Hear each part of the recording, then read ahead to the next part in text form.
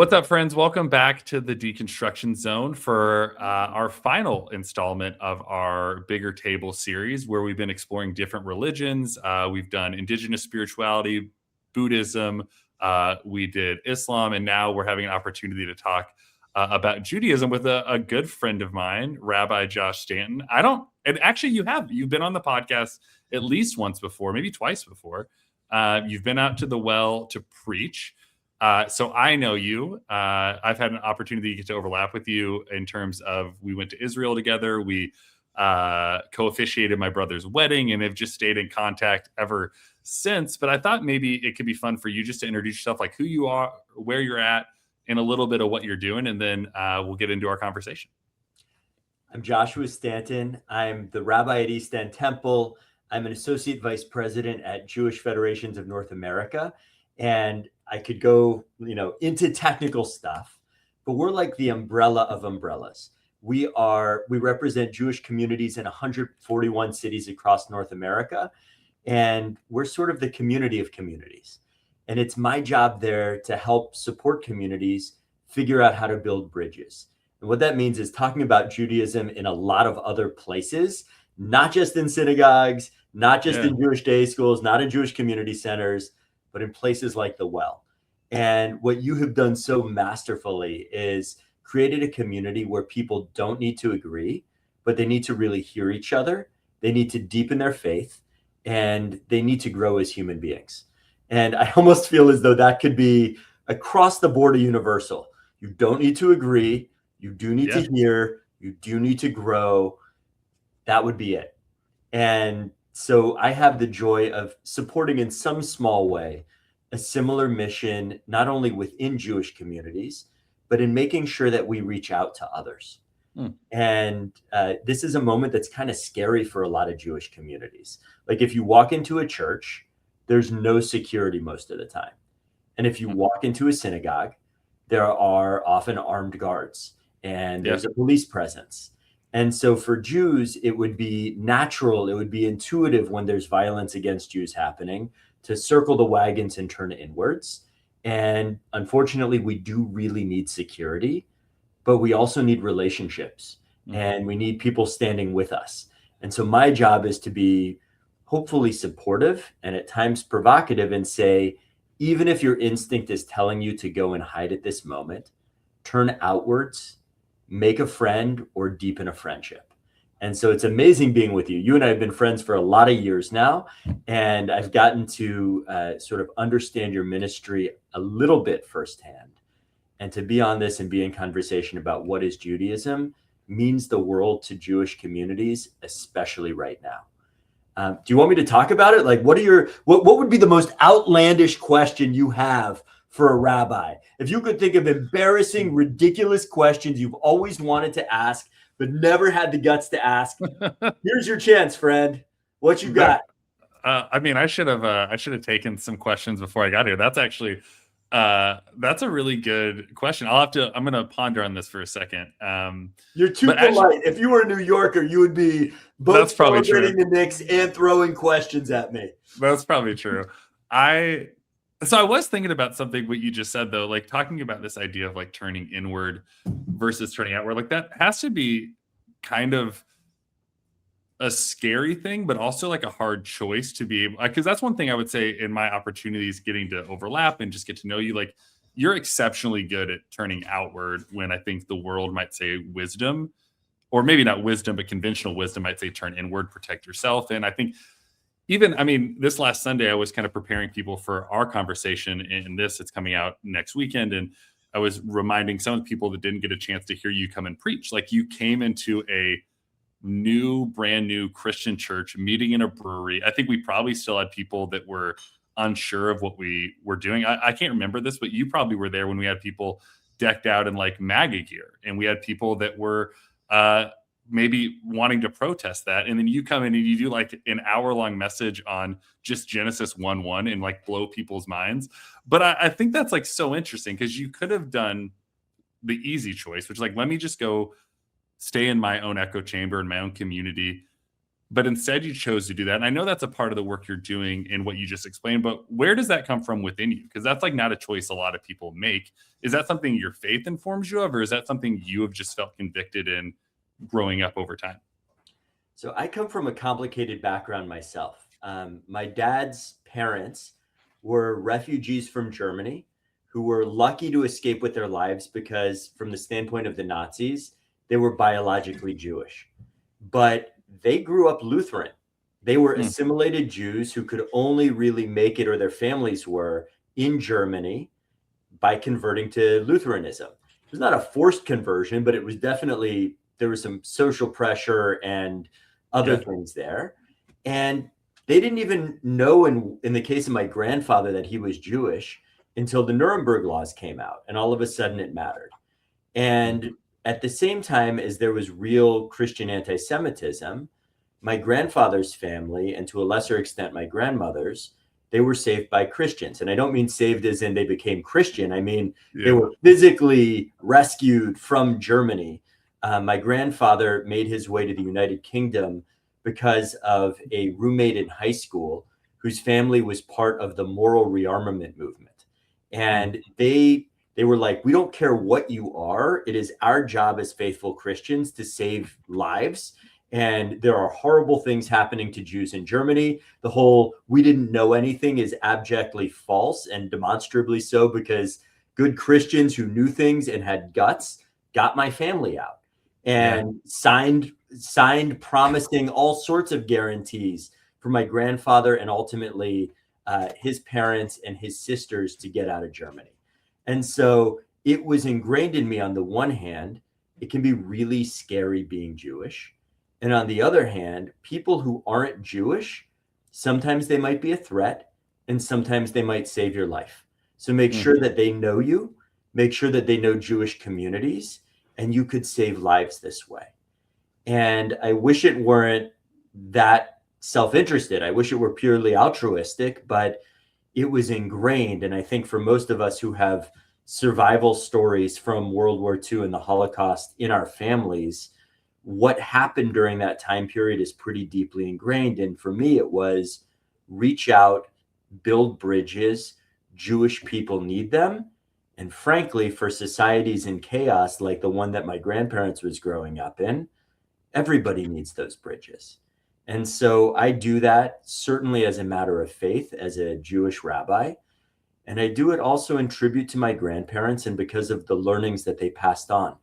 And my grandfather, of blessed memory, he was, 98 before he passed away. And one of the last things he said to me, I'll never forget it, was, building bridges with other religious communities is one of the most important things that a person can do. So insofar as that is a part of your work, it is the most important work in the world today. And it's not like he became a devout Jew. Getting thrown out of Germany doesn't necessarily correlate with helping you find faith. Losing 50 relatives to the gas chambers does not help you find faith necessarily. Certainly did not for my grandfather or my grandmother. But it did help him find clarity. And what was clear is that our traditions cannot exist in a bubble, because that's not how they ever have. And they should not be a threat to one another. They must be a source of goodness and sustenance and hope. And ultimately, if I were to really use a charged term, it's almost mutual salvation, that we can literally physically save each other. Spiritually, who knows? Yeah. But in terms of actually caring for each other and keeping each other alive, that's there.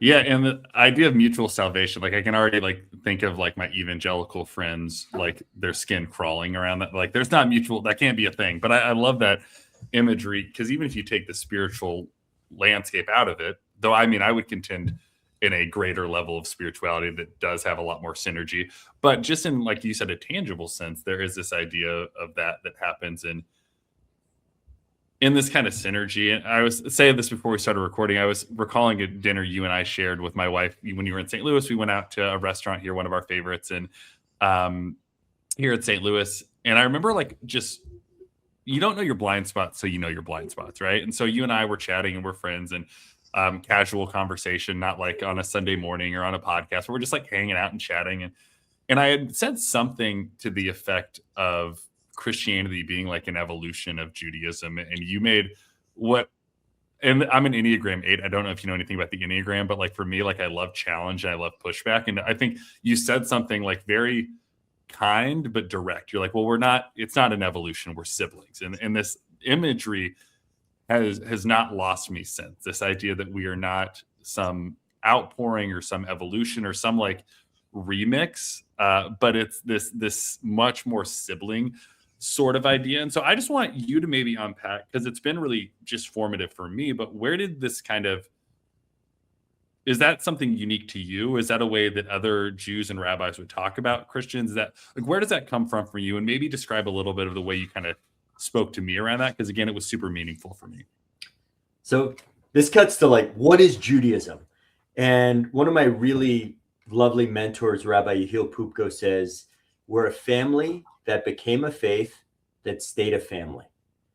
And insofar as Christianity emerged from Judaism, and that's not a point I don't think of dispute, that Jesus was Jewish, whether he became something else or created something else or whatever, that we're very much entwined as a family. And the question then is, what type of family relationship? Is this parent-child? Is this older sibling, younger sibling? What is the nature of that family relationship? And I think where it gets so fraught is that the language that our forebears used about each other was written in a time of crisis for both. Because our traditions, you have First Temple period, you have Second Temple period, then this indigenous group of people known as the Jews get smashed by a giant European empire known as the Roman Empire. And that means people who became Christians and people who became rabbinic Jews, they both got smashed by this giant empire. And all of the institutions that existed, some of which Jesus was commenting on, some of which maybe he wasn't commenting on, they ceased existing. Money changers at the temple, there's no more temple. It got destroyed by the Romans. And corrupt systems, there is no system. The system was utterly destroyed. Sadducees. Who are the Sadducees? Who cares what they're doing at the non-existent temple? And so, like, all of these big things became moot points in a hurry. And then we were left with a remnant of what had been Second Temple Judaism. This is, by the way, where our theologies might be different, because language in the Christian Bible, if Jesus was a rabbi, definitionally from a Jewish standpoint, he had to be a Pharisee. Those were the only rabbis. They came from the Pharisaic tradition. That was the stream. Again, a Pharisee had negative connotations, but it was basically the stream of Judaism not connected to the temple. That was about learning. That was about mobility. That was about prayer independent of sacrifices at a temple. And so he's not an Essene. He's not living out in the desert as an ascetic. Well, that kind of leaves the Pharisees. And so the Pharisees are the origin of modern rabbinic Judaism, and most likely from a Jewish standpoint. I'm not telling you what your tradition is. I'm telling you how I see it. Most likely early Christianity as well. They're both born of the same group of people who made their way to the Galilee or were there already, free from all of the political intensity of Rome and Jerusalem, because the Galilee was geographically more distant. And they were trying to figure out what could exist without a temple. And they were no longer trying to reform it. They were trying to figure out what it was. And for Christians, they said, hey, we have heard another word. And so we're moving in a different direction. We've got a Messiah who came back or is going to come back. We've got sort of an incarnate form of God. We're moving in this way. Rabbinic Judaism was saying, yeah, we're done with the temple. It doesn't exist. One day, will it exist? Who knows? Right now, it doesn't exist. And they became very focused not on the law as Paul was referring to it, but on law as in we need to be able to find a way of life that works without a temple. We don't have a king. We don't have a temple. We don't have priests. So we need to learn how to govern ourselves. And that means building upon the early traditions from the Torah so that our day-to-day life can be holy. And so what had been sacrifice of animals at an altar in a temple became our dining room tables, where holiness can be because of discourse. Holiness can be because of learning. Holiness can be because of gathering. And so we see the emergence in both cases of what would succeed Second Temple Judaism. And where does the sibling rivalry come in? You've got two streams, but everyone's just lived through total chaos. You have these two streams. They like Rome just smashed your civilization and tried to wipe it out. Things aren't going great. You have these two new streams and movements and approaches. One maybe derives from the other, but they're basically all in it together. You and I went to Capernaum. The place where the apostles was 40 feet from the great synagogue. You're talking 40 feet of distance between our traditions, literally and metaphorically. So we're trying to struggle and make do. Christianity, in part because of Paul saying you don't need to do the law, you don't need circumcision, you don't need kashrut, you don't need Shabbat, you don't need other things. Christianity spread a lot faster. Yeah. And it was also with Caesarea Philippi.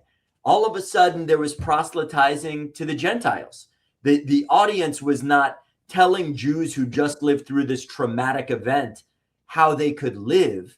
It was saying, wait, we've got universal truths for the world. So Christianity spread much faster than Rabbinic Judaism. And Rabbinic Judaism kind of remained the family that became a faith that stayed a family. We're a group of people and we have a way of doing things and we have a moral code and all of that. And Christianity became this great universal giant thing, this global phenomenon before global phenomena existed. It was like the OG global phenomenon when it came to religions. And Judaism stayed small, but some of the early bitterness, and I would submit sibling rivalry, you read it in the book of John. You read it even, frankly, when I read Paul. Paul sounds a little bit bitter to me. I just finished rereading Galatians. He sounds a little spicy sometimes, a little salty when it comes to his Jewish siblings. And that's because both traditions are small and they're competing for the hearts and minds of this tiny group of people. And then Christianity went off and became giant, but the language of sibling rivalry between these two groups, these two tiny groups originally, remained. And we can look to the book of Romans, whether it's Christianity grafted on to the original tree of Judaism, beautiful metaphor, or whether we're siblings in faith.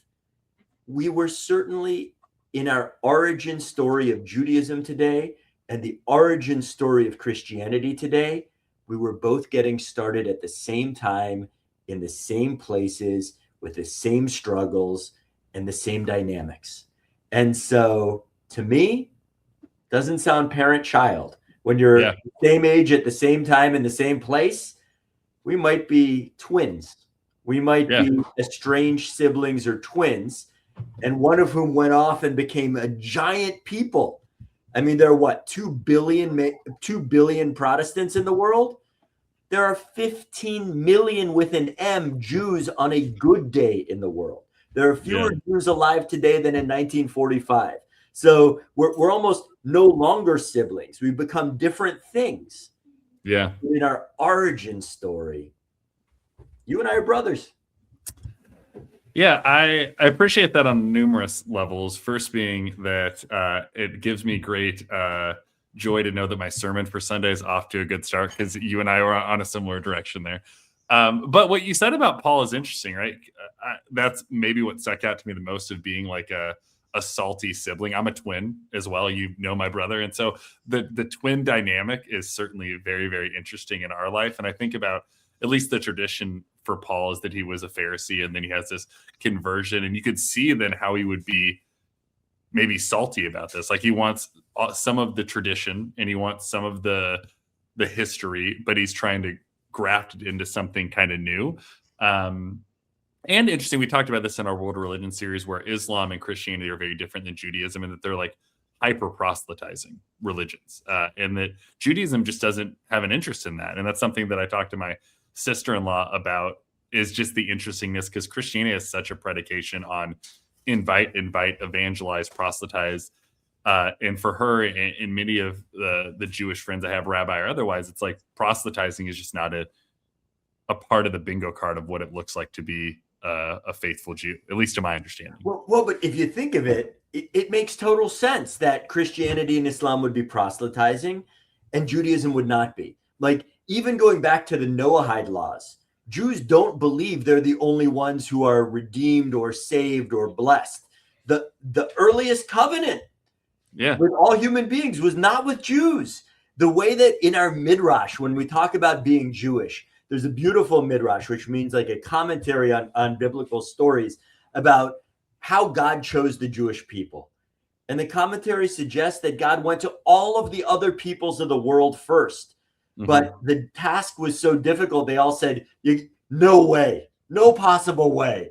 And the Jews were like, you know what, we'll give it a try.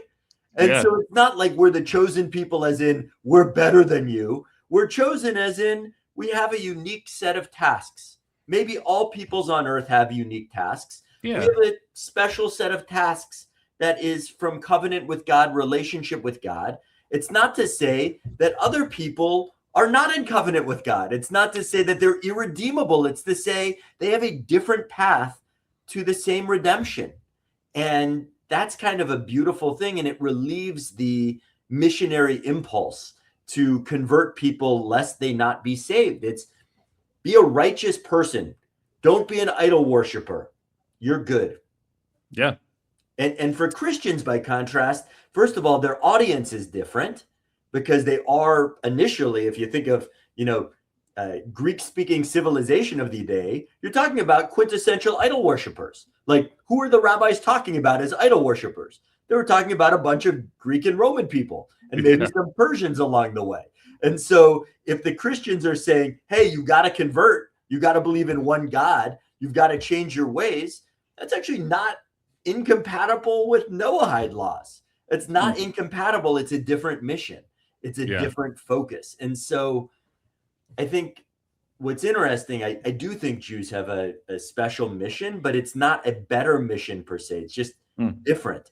And I wonder if Christians, in bringing Christianity to people, yes, Crusades were bad. Yes, Inquisition was bad. Yes, Martin Luther said horrible things about Jews and laid the preconditions for the Holocaust. Bad things happened in spreading Christianity. But maybe as a Jewish person, I can also be open to the possibility that good things happened as a result of the spread of Christianity. And maybe good things are still happening. And maybe there is a covenant that Christians have with God that is helping to spread monotheism and helping to spread ethical approaches and helping to spread empathy. And so I want to be open to that as a Jewish person. And at the same time, recognize that for Christians, spreading the gospel is a tenet of Christianity. Have you ever heard this quote from Rabbi Soloveitchik? He was one of the great thinkers of 20th century Judaism. And he said, and I'll paraphrase, never trust a Christian who isn't trying to convert you. If they don't respect their faith, they won't respect yours. And so again, I don't like proselytizing personally. I find it distasteful. I find it yucky. It pushes all of my buttons. But that's an interesting counter argument that an Orthodox rabbi put forth just to make me think a little harder. That's an amazing kind of introductory and a segue to where I wanted to ask you another question. And I think this isn't just unique to you, but you are one of the most curious people I know. You were one of the, and not curious as in you're an enigma, but you're very curious. You want to ask questions.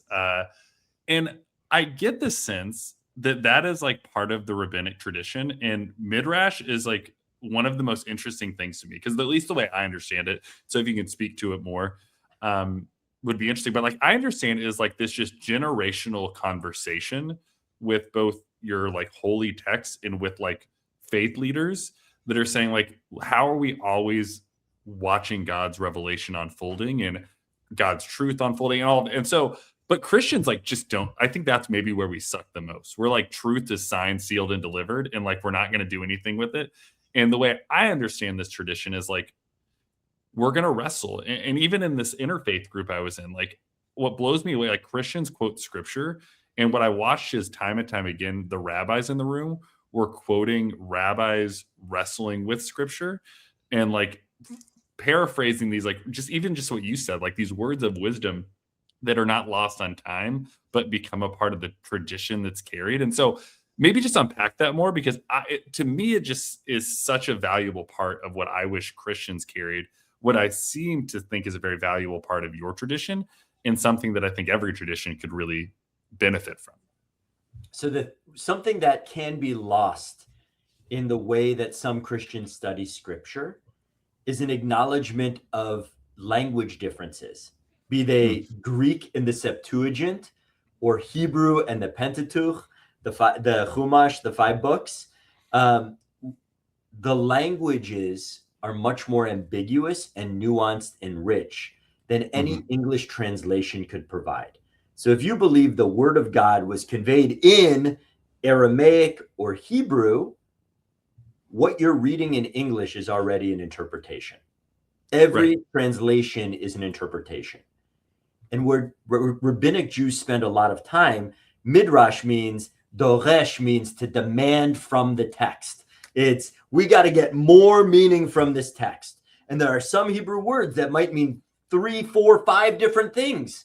How are we so certain about what God means? I'm a human being. I am not a prophet. I do not have divine wisdom like that. At best, I can make a good inference about what God might mean, maybe. At best, on a good day.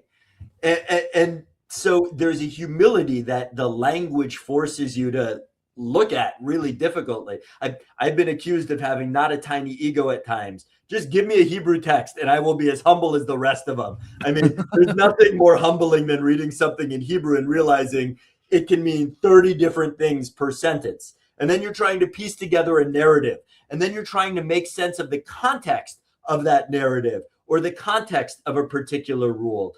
And lo and behold, you are out of your depth in a real hurry.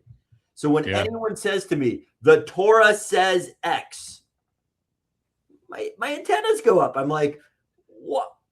Are you sure? Why do you think you know what the Torah says? And so what the rabbinic tradition provides us that I love, Daniel Boyarin, whose politics I do not like, but whose midrashic understandings I do, he said, the Torah has more white space on the page than letters. And midrash is born in the white spaces. It is all of the spaces between the letters and words when there is so much inference and uncertainty. And so you can, even in acknowledging you don't have the answers, you can use your imagination and imagine what makes sense and imagine what fits. And so the rabbinic approach, think of it as a 3,000 or 4,000 year old conversation. And at best, if we are lucky and we work hard and we study and God willing, we're righteous, we can be part of that conversation. And so for me as a rabbi, when I quote someone else, I'm saying, hey, Joe over there just had the best idea. It's a sign that I'm listening and part of the conversation. It's not saying I'm uniquely bad at reading text. It's to say, if we get a few hundred of my closest friends and ancestors in a conversation over the course of 4,000 years, I have a snowball's chance of understanding a little bit more of this text right here. So I'm going to invite all of my friends for the last 4,000 years, and maybe together as a community project, we can get some more meaning out of this text that we wouldn't have otherwise. We can get closer to God. We can understand ourselves. We can understand the family that is the Jewish people, and we can understand our siblings in faith just a little bit better. And so what I love, on the one hand, Protestants say it's you and a Bible, you a Bible and God.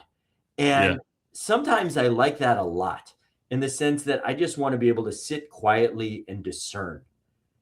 And a lot of times, if it's me and a Torah and God, I'm in over my head. I need Yeah. some friends. And so I love the humble approach that rabbinic Judaism takes, that yes, you and Torah and God is lovely. It is necessary but insufficient. Yeah. And you are part of this big family. Families take care of each other, and families also learn together. That's one of the core goals of family. Yeah.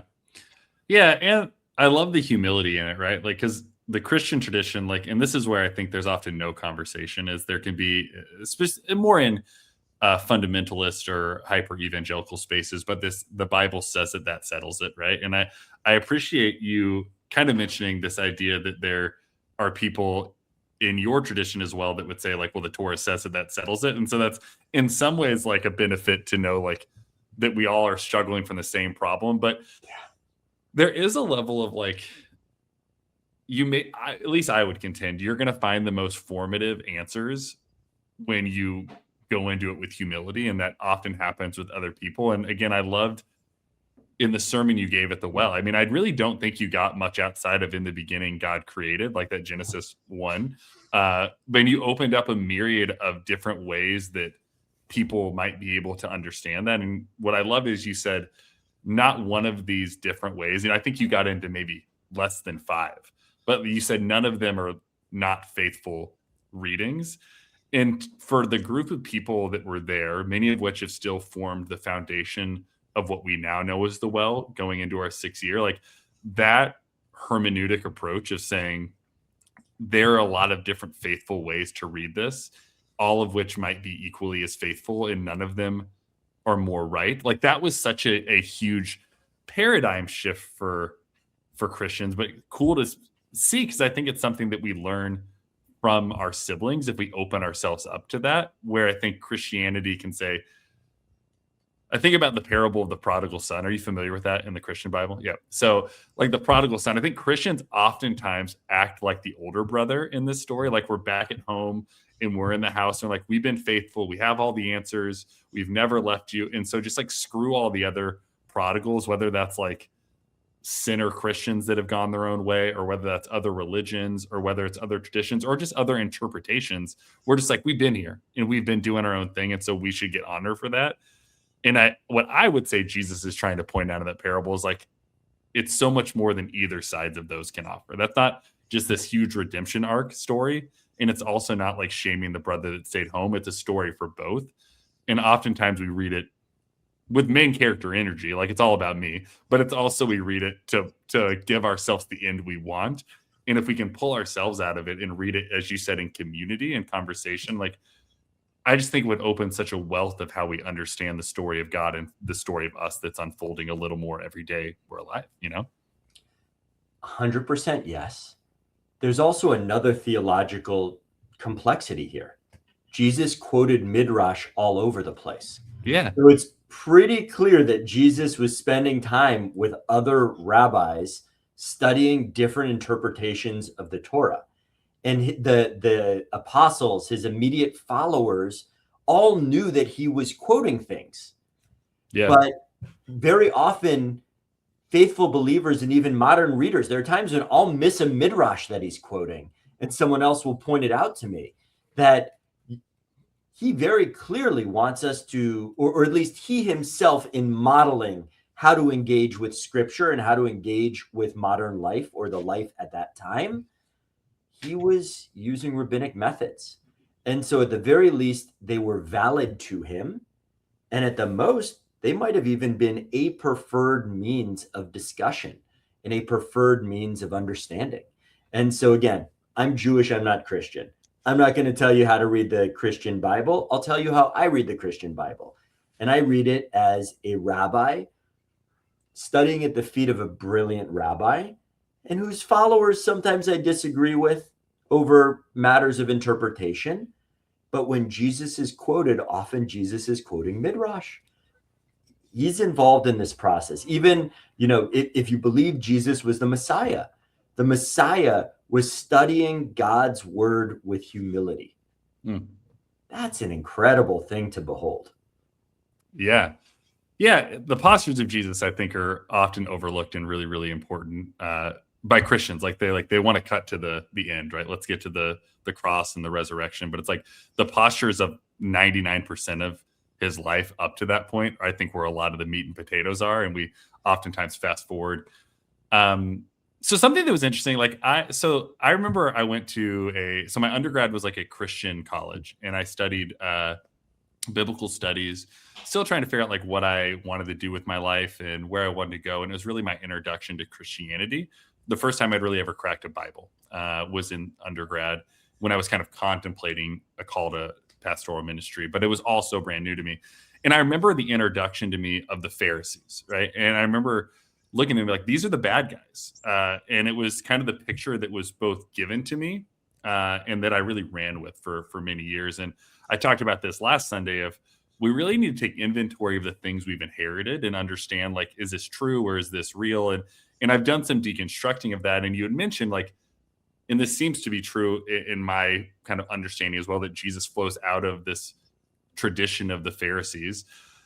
And maybe you can correct me if I'm wrong. Like, I kind of look at Pharisees as like the most progressive of the sects of kind of Jewish teachers of the time. Like, they're trying to unpack the unfolding and the new revelation of God's word. And this, you can correct me if I'm wrong. Like, I kind of read Sadducees to be a little more conservative, for lack of a better term, in that, like, it's the law is what matters, and there's a little more like introduction or interest in like wisdom and other stuff with the Pharisees. And so I guess, just as someone that has probably a wider breadth of knowledge of that tradition, like, what do you make of that? I know you touched on it a little bit, but do you have anything to like kind of add on to that? So you and I are both parents, and without in any way disparaging members of anyone's family, I'm wondering if you as a parent, don't answer this question, have ever been called a name by a beloved child in your family. Oof. And even maybe a hurtful name, saying that you are the worst hurtful name imaginable. Again, let's just pause on it. I will say it might have happened to me on occasion. And it almost feels like in moments where Pharisee is used as a slur. Yeah. It is like trying to say you have not evolved past the group that you originate in. It would be like, I wonder aloud if it's like calling someone a primordial human, you caveman, you like, you Neanderthal, you whatever. And like, you're just the same as the same group 300 years ago that evolved after the Hasmoneans, and you're just studying stuff the same way. And so that's what I wonder about, when it's pretty clear that if Jesus is studying Midrash and quoting Midrash and is a rabbi, there's only one group he could be from. Sort of like, you can call me a Neanderthal, but the reality is I am, in fact, probably descended from Neanderthals at some point. And like, you probably are too, Danny. I've got bad news for you. And so it's, I wonder if it's like calling somebody the earlier, lousier version of themselves. And what's interesting is it's almost like the early rabbis are like, I am actually a Pharisee, meaning rabbinic tradition was all about continuity with the past while creating dramatic change. So arguably, after the Second Temple was destroyed, none of the prior political meanings had any significance. The Sadducees were at the temple and represented the wealthy landowning class. The Pharisees were often nowhere to be seen. They were representing a merchant class, often far afield from Jerusalem, although there were some also in urban areas as well. The Essenes were off in the desert waiting for the Messiah to come, not any day, but like Tuesday at noon, the Messiah is going to come. And then you had political factions. It was a time of horrible factionalism. And the early rabbis, instead of saying, we're going to have nothing to do with our Neanderthal past, they said, yeah, we're descended from Neanderthals. And I wonder if the Christian epithet of "you're Neanderthals" became actually a very interesting question about how do you deal with change? And Christians wanted a sharp break with change. Jesus came, everything changed, nothing will ever be the same. And the rabbis wanted a more gradual approach to change, saying things will never be the same. The temple is destroyed, Rome smashed us, life is not going to continue as it was, but enough is going to still be the same because people are the same, that we're going to honor our forebears. If we got even a little bit of wisdom from them, we're going to honor them. And so that's what I wonder about the Pharisee bit is that we're talking in different ways about our forebears. Yeah. Yeah, you're so kind and charitable. Like, I would say the reason Christians say it is because it's easier for them to know who their enemy is and who's out by like drawing hard lines. And so, like, I think often Christians like caricature people to try to like make cartoonized enemies. You know, like I just like think back to sitting in that class. It was like, I wonder, and again, I'm less charitable to my Christian siblings. You're really harsh to Christians, man. I happen to love Christians. I think they're really awesome. I think they're great too. You consider it. I think they're great too. But sometimes I do think that it's this idea of if I can just paint the enemy in really clear and plain clothes, even if it's not truly my enemy, at least I know who we're going against. Like I've said this when I don't know if we've ever talked about this, but when I was a pastor in Portland, are you familiar with Mark Driscoll? Does that name mean anything to you? Oh, yes. Yeah. So he's like made a resurgence, but he was in the Northwest in Seattle at a church called Mars Hill, and his church imploded after some scandals. But what I noticed was what he did was he painted a very clear version of the enemy of Christianity in the Pacific Northwest, which was like a growing liberal anti-man culture. Most of the things were caricatures. They weren't real. They were kind of like straw man like type things, but he painted a clear picture. And I sometimes think that's what Christians do whenever, and I like the caveman analogy. It's like, let me just use this as a picture and I'm painting my enemy. But then and I'm using this as the example because in our church, we've been doing a new service on Thursday nights that's much more academic, much more theological, and trying to just get into all the stuff we can never get into on Sundays in 20 to 40 minutes. And one of the things that has continually popped up is people are like, man, I just didn't know that we had so much common with Pharisees, or I didn't know that we came out like there's a connection of the line of this that most of them just assume they were like these really bad enemies that killed Jesus is how they've been painted as the picture. And there's been a lot of deconstructing of like, oh, most of what we've been told about Pharisees is just probably not true. And so that's the only reason I'm interested in bringing that up, because it's like if you put a poster of the villain and it's like, that's not a villain at all, but you just threw it on your wall and I'm going to throw darts at this guy, you know? Well, so again, going back to almost the pastoral approach. So let's say you encounter a community member who is talking about all of the enemies. What I might deduce is that person's really scared. They're living in scary times. And so what I would maybe distinguish between is like Jesus's actual followers and what they said and what they did and how they lived. Yeah. From the people who wrote down the words of Jesus's followers, who maybe it was the original people, but I would submit maybe not. If it's following in rabbinic tradition, it's often the students who write down the words of the teachers. Mm-hmm. And the students do the best they can, but do it imperfectly. Yeah. And then finally, it's like written down and codified, and we have the Council of Nicaea, and we have some stuff that's in and some stuff that's out, and that's it. And I think the actual, so you have Jesus, putting aside Jesus, you have the apostles, students, and then you have like, I don't know, almost 250, 300 years of more students before things get really finalized. And I wonder if different situations led to different interpretations or spins on the text. Like in Nicaea, they weren't speaking Aramaic. They were almost certainly they were speaking Greek. They were speaking something like Jesus. If Jesus spoke Aramaic and in Nicaea they spoke Greek, there's guaranteed interpretation. Yeah. Because there's a translation. There has to be a translation in there somewhere.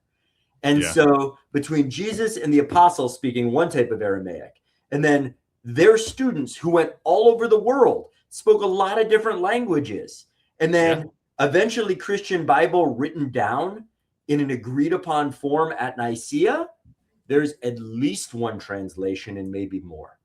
And so it's very hard for me to pin on the apostles, certainly on Jesus, some of the more defamatory things about Jews. And I wonder if it was people living in fear, needing a bogeyman, needing an enemy. Unfortunately, pinning stuff on the Jews has led to a lot of killing of Jews over the years, and arguably still is. I would say not even arguably, it just is. And a lot of work needs to be done on interpretation in every generation. But at the end of the day, we can also do that interpretive work that avoids death and carnage for Jews while having sympathy for the people who played key roles in creating Christianity. And that was as students, and that was as conveyors of teachings that they imperfectly understood. And so what I'm inviting Christians to do in a way, maybe this is audacious and ridiculous, it's honor the teachers and honor their limitations. Yeah. Yeah. I love that. And it ties back to what you said, I think, within the first couple of minutes, that like every translation is an interpretation, and every interpretation of someone's teaching is a interpretation, right? And so it's an ongoing conversation. So maybe you kind of, at least in my mind, I felt a little segue here, and I'd just be interested. This is a little more of like a personal question, just based on where you've been going, or kind of where we've been going. But certainly this is, I mean, a hard time in the Jewish community. There are a lot of things happening globally, and there's been a lot of just a lot of historically like really hard things. You said like a lot of things have led to the demise or the killing of Jews, whether it's the Holocaust or other things. And even Martin Luther, like, I mean, you named that Lutherans helped your family, but you also named that Martin Luther laid the groundwork for, so there's like nuance in that. And so I just wonder, like, for you as a part of your story of faith, and I know we've talked in other conversations about your eschatology and view of what happens and how that views things, but how does your faith give you hope? And how does your community give you hope in a time where there's just a lot of scary things happening, both in our world for many, but specifically for people in your community and all? So what is that journey like for you, and how does your faith inform that? I feel really blessed to be part of a tradition that is ancient, because we've been through all kinds of turmoil, all kinds of vicissitudes of history, all kinds of hell and all kinds of hope. And we're here, and we have a beautiful tradition, and we have a remarkable set of values, many of which seem to transcend time. And we have a lot of positive possibilities in addition to the very real threats. And part of our tradition is about holding the complexity and holding all of the emotions at the same time. So we can hold together hope and fear. We can hold together the reality that there are people who hate us and want to kill us, and there are people who genuinely love us and want to help us.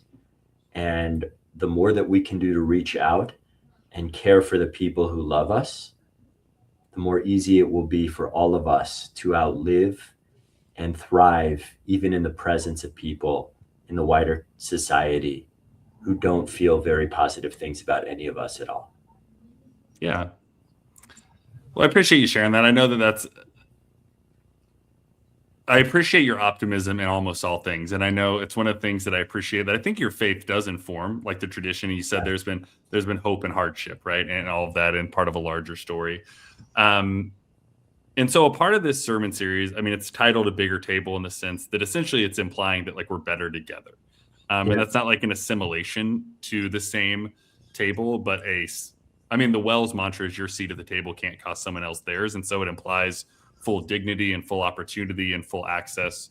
And so I guess maybe a way to land this, just from your perspective, because I know you're very big into interreligious dialogue, and you're very big into really breaking down bridges, or building bridges, breaking down walls. Break the bridge! Get the bridges out of here. You're building bridges, you're tearing down walls, and I think you're trying to really not just make the world a safer place for you, for your faith, and for your people, but for everyone. I really genuinely mean that. Like, I watch you put yourself in a place where I think it would be very hard for many people to find themselves in, because it's just uncomfortable to advocate in that sort of way. And so what does a bigger table of faith look like and mean to you? And if you have any thoughts, why is that important to you from your perspective? Because I suspect it is, but I'd love to hear more about it. Yeah. I think it is knowing yourself and your boundaries that enable you to take risks.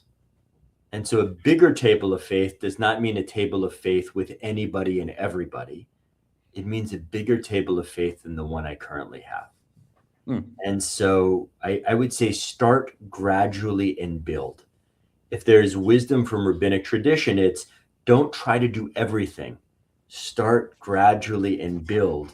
And over the course of years and decades, and in the case of rabbinic Judaism, centuries and millennia, something remarkable can emerge. But make sure that it's sustainable.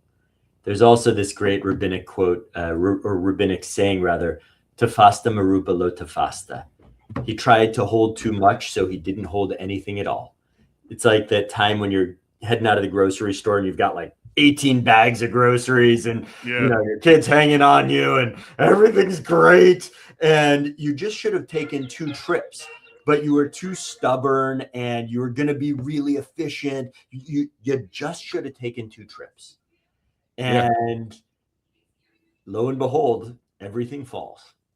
And so it's okay to take 2 trips, take more slower trips, build deep, enduring relationships, and then create the table. And so slow, steady, determined, hopeful, seeing the bad with the good, and believing as a tenet of faith that God is good, and therefore good ultimately has the upper hand. Well, on a selfish note, I think you gave me my closing illustration for my sermon this coming Sunday. Yes. I think you gave it to me. Be the shopping and the yeah, I think I'm going to use that. That's really. You can just say, my friend Josh is really bad at schlepping groceries, and he drops stuff all over the place. Yeah, you're welcome to. All you. Well, Josh, I appreciate you. Your friendship has been one of my favorite. I think, and I mean this in the most genuine, not patronizing. Like, you might be the most impressive friend that I have. I really am greatly just in awe of the work you do, the postures you carry. You hold a hard line of caring deeply about people and wanting people to thrive. And I think people often, especially in religious spaces, don't always go there. And I've appreciated how you've been there with a curious heart and a curious mind, and really just by our happenstance interaction on a trip to then build a friendship from there has been really, really cool. And so I'm just deeply grateful for your friendship and the chance to get to do these things. I know we don't get to see each other in person all the time, but I revel every opportunity I get to do this kind of stuff with you. Likewise. You're an amazing religious leader. You're an amazing spiritual leader. And I just am so blessed to learn from you. And I'm blessed when once in a while you call me on my stuff, because that's what religious leaders are supposed to do. So I'm excited, and we got to see each other in New York or St. Louis or anywhere in between, anywhere the Knicks are playing. Really, I think so. Let's get a team in St. Louis, right? The New York Knicks are the baseball team, right? Or am I getting that wrong? It's your basketball team, but the Cardinals and the Yankees play every once in a while, so we can get a game in. Awesome. God bless and thank you. Yeah, thank you, friend.